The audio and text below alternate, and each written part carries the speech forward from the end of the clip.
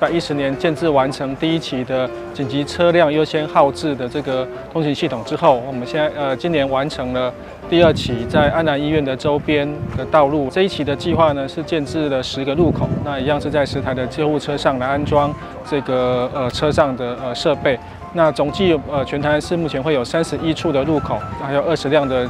救护车辆都有这样的设备。那如果到达的时候是红灯，它就会这个提早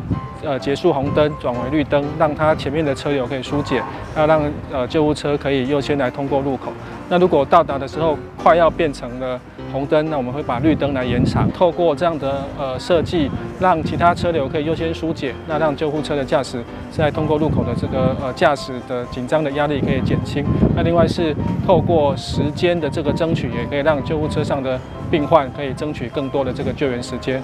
因为我们 EMT 实际出勤，我们的压力不仅是来自照顾病人，然后行车的安全也是我们压力的来源之一啊。驾驶救护车如果要穿越红灯的话，其实不仅是要停下来，然后速度放慢，看清楚前后左右的车，还要预防一些可能没有注意到的用路人或者是驾驶人突然冲出来。有这套智慧系统，我们可以更放心的直接慢慢的穿越这样子，争取一些更快的时间。那我们知道说，我们安南医院现在一天的门诊量到3000多到4000人，那急诊部分也有150到180人。在这个情况之下，我们附近的交通是非常的拥挤。那如果有一些紧急的需求需要送到我们的急诊来救护的部分呢，那虽然消防局本身有12导程的心电图，可以跟我们事先沟通，我们开启这个绿色的通道，让他早一点去做心导管或取栓的手术。但是呢，如果交通时间延误而造成多了30秒、40秒甚至1分钟呢，让这些民众在整个救治以后的这个预后会变很差。也期许这么好的设施可以发挥到所有台南市的37个城区，包括所有医院周遭。掌握施政3分钟，台南进步向前冲。在2年前110年的时候建制的第1期的智慧交通号志的这个部分可以让紧急车辆包括救护车、消防车，还有包括这个大型公车，他们的通行的时候能够优先取得绿灯的这个号志，能够让他们通行更顺利。经过2年的实施，我们统计的结果有效的帮忙紧急车辆争取了40秒的这个通行时间，也就是提早40秒到达。那道路这个通行的顺畅度也增加到94.5%，因此对于实质上，这个不管是紧急抢险的伤患，或是紧急救灾的消防车，其实都有很大的帮助。不要小看了这40秒，往往是生跟死一线的距离。因此呢，我觉得这个部分的既然实施状况是很好，然后而且是有效的抢救了人命，维护了民众的健康，我们会更努力的扩大实施。那接下来我们几个大医院，包括市立医院，还有其他的医疗院所，我们在经费许可能力范围之内，我们也希望说逐步的推动，能够让这个民众健康得到更大的维持，那紧急车辆的通行得到更大的顺畅。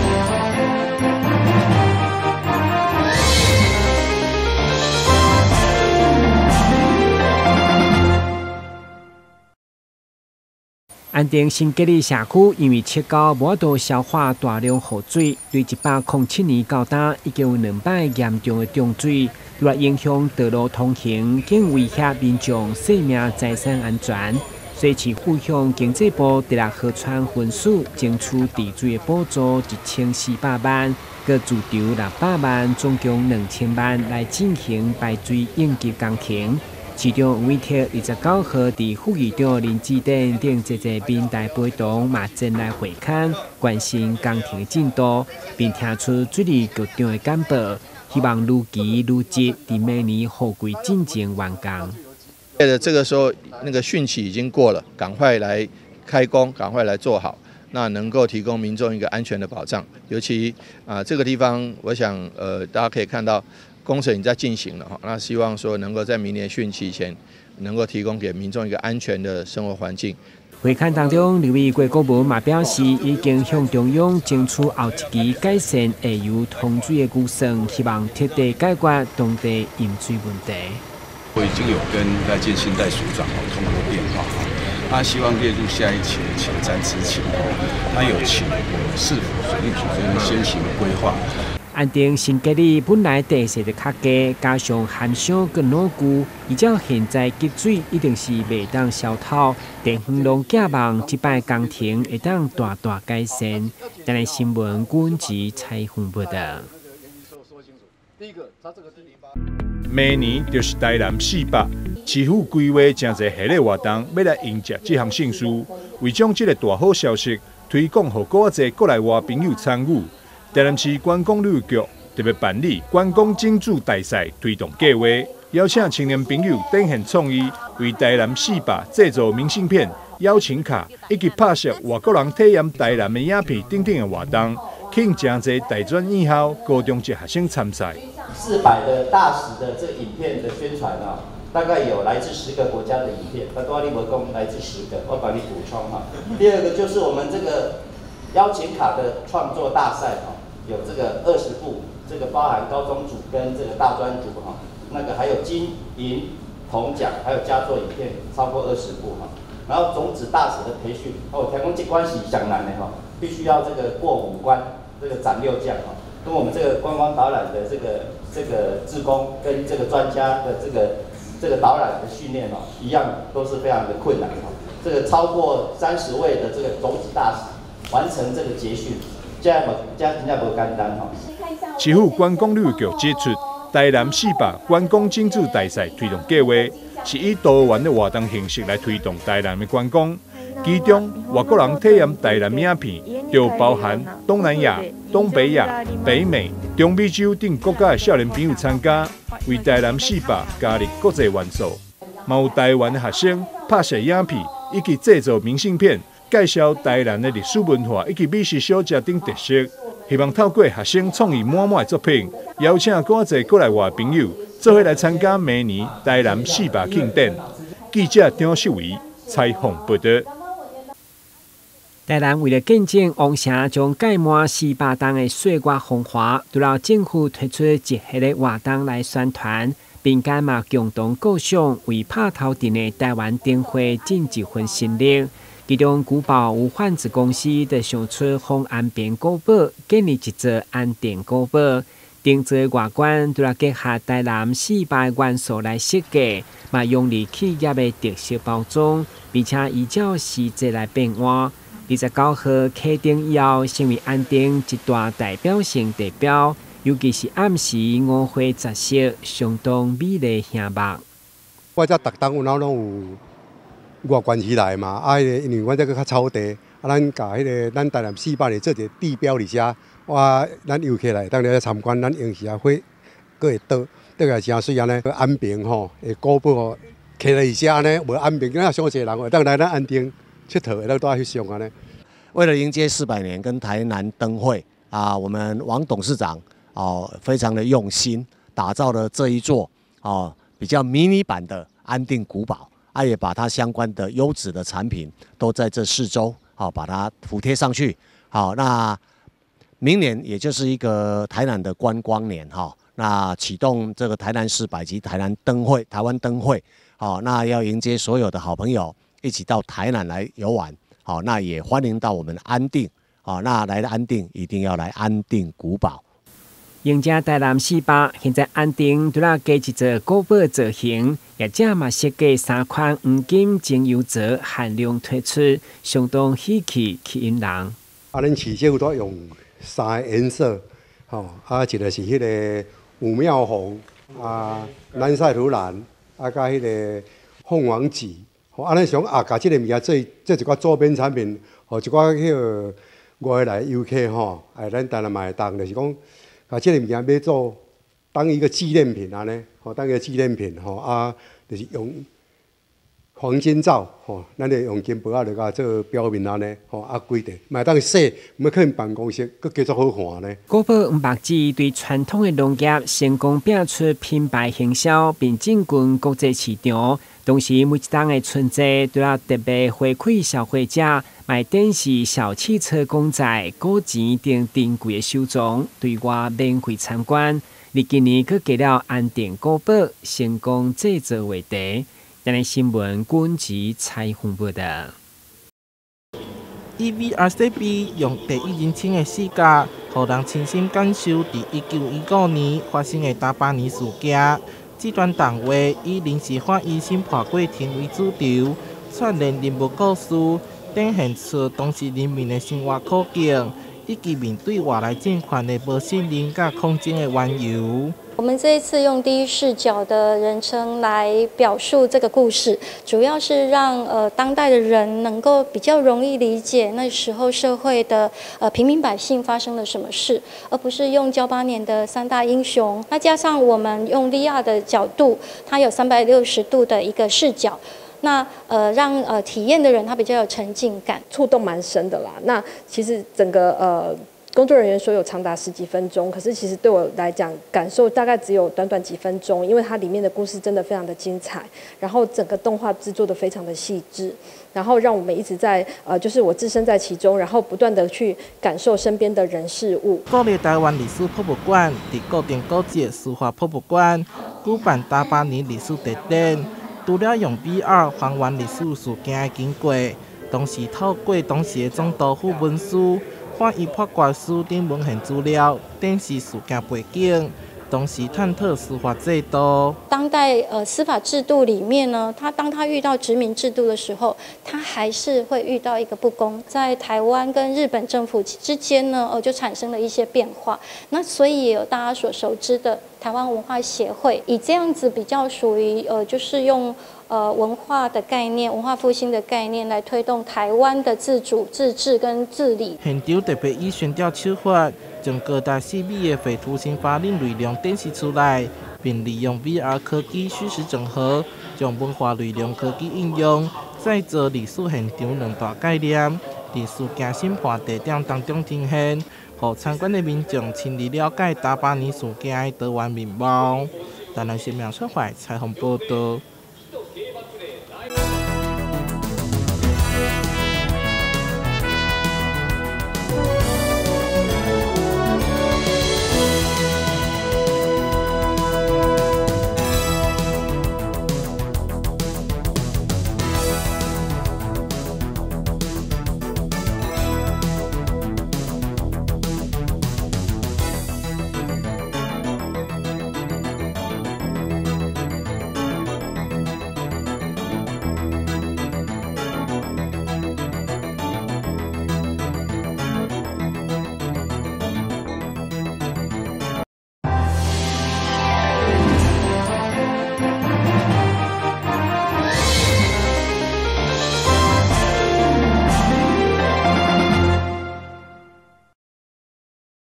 台南府城推出全新的文化观光旅游品牌，探访台南旅游特有种斜杠职人，带领游客在行游台南观光景点的同时，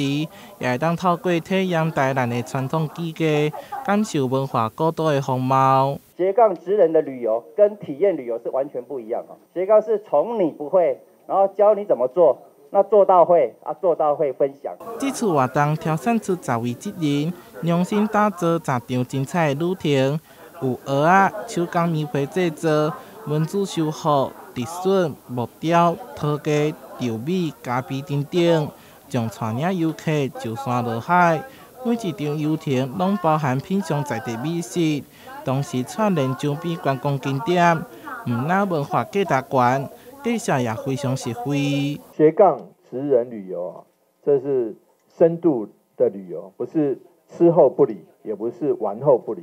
是吃了以后还觉得说真的想学一些东西。刚刚那个价格我看了之后，哇，那也太俗了，1000多块钱。活动将伫12月开始举办，每一场名额限量20名，欢迎大家踊跃报名。另外，为着促进国际观光，台南市观光旅游局特别邀请到新加坡影音创作者担任这次的观光宣传大赛，将文化观光深度旅游新品牌走向国际。台南市苗社会采访报道。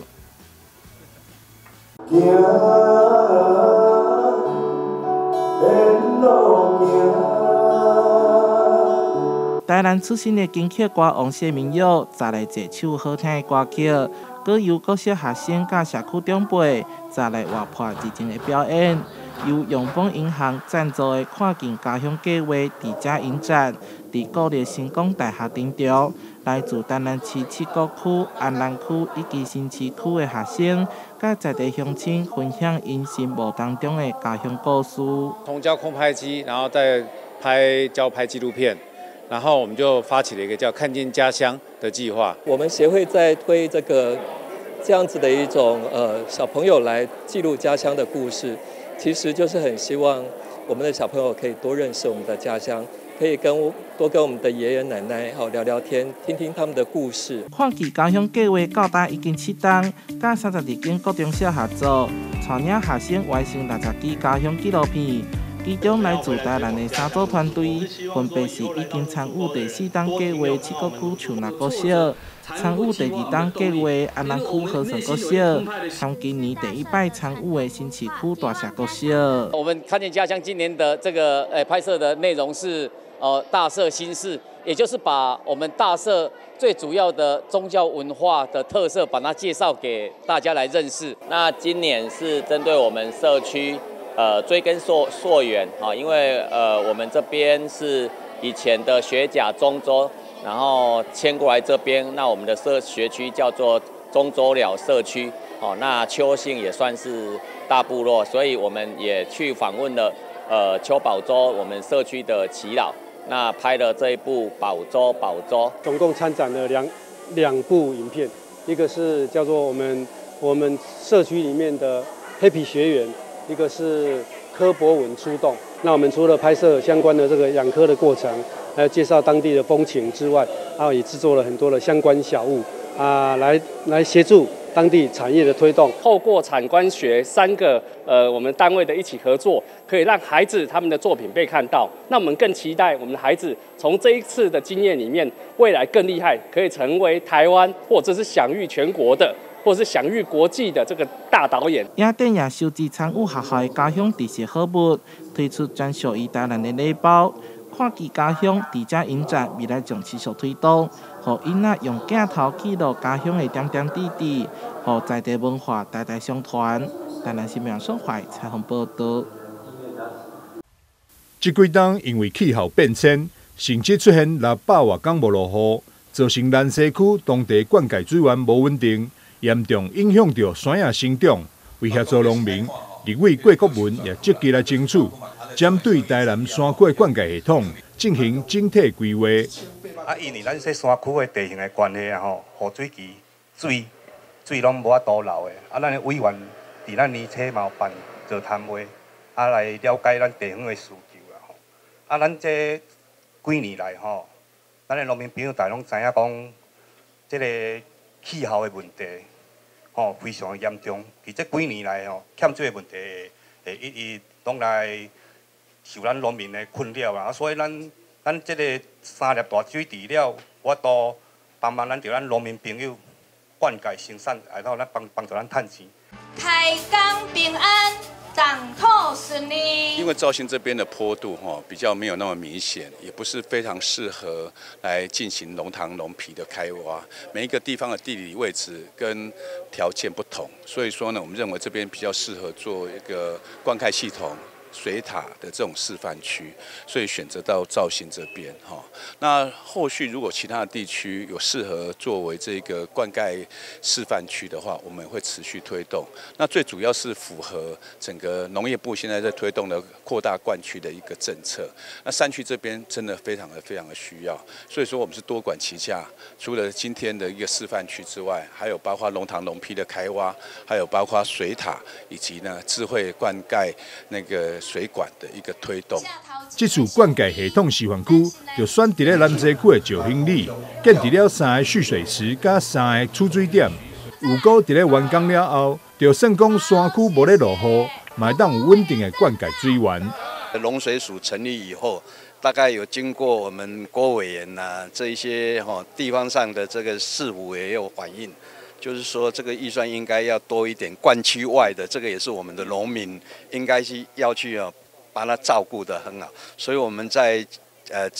去年跟今年的这个预算，今年的预算有130几亿，能够去做灌区外，这个我们有一个目标，要去逐渐去实践。那全台湾地区这个灌区外已经有5万多的公顷的这样子的一个纳入了哈，到明年可能会到8万的这样子的一个面积，当然会逐渐把这一些灌区外的纳进来。那这样子的一个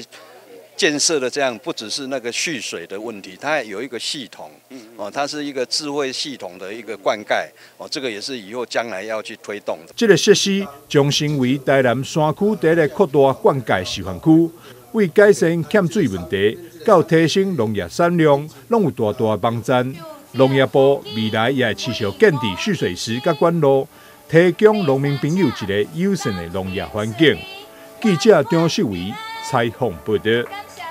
一般年放的良性肿瘤，食啥看的，包括纤维囊肿，或者是相对是深的纤维腺瘤，伊的大小大约伫1到3公分。一般建议定期来追踪，但如果肿瘤比2公分较大，因为烦恼会转为恶性的风险，医师拢会建议来切除。但因为传统的肿瘤切除开刀工序较大，互真侪女性无想要来开刀。现在各综合病院引进真空措施的辅助黏棒切片系统，不但空喙小，而且共一个空喙，还佫会用做侪粒肿瘤的切除。因为年轻女生通常还是会比较担心乳房的外观上留疤啦。如果传统手术这种2公分以上的肿瘤伤疤，其实大概就是会需要到2公分的这个伤疤。所以在蛮多年轻女生其实就是会因为这样，然后而去拒绝做这个手术。那有的时候其实他们最后也都会忘记回来追踪，因为在每一次追踪，其实都跟他说你这个是良性的，但是他们就是会最后就是有可能会就是没有再回来追踪，让最后就是有可能会有一些比较怕会有后续的问题。那现在有这种就是微创的手术，其实可以让他们不用在这追踪过程中去担心害怕，然后或者是每天有摸到那一颗，每天心里会觉得怪怪的。然后这个手术它其实伤口只用大概1到2 mm 的伤口，甚至几乎都看不太到，因为有时候我们会把伤疤藏在乳晕下面，所以其实那伤疤几乎都看不太到，然后也可以做到完整的整颗肿瘤的切除。医师表示，乳房超音波是用来初步判别乳房的肿瘤是良性甲恶性的检查方式，依照肿瘤的边缘的形状甲大小，分为7个类别，对0到6级，0到2级是正常甲良性，就算3级是良性，不过转为恶性可能性是2%以下。医师嘛建议，每半年至少要做一届超音波追踪。台南新闻林根采访报道。橘色恶魔再次袭来，甜美的笑容配上精湛的演出，去年在国庆首演广受民众好评，今年再次返台，首站就在高雄。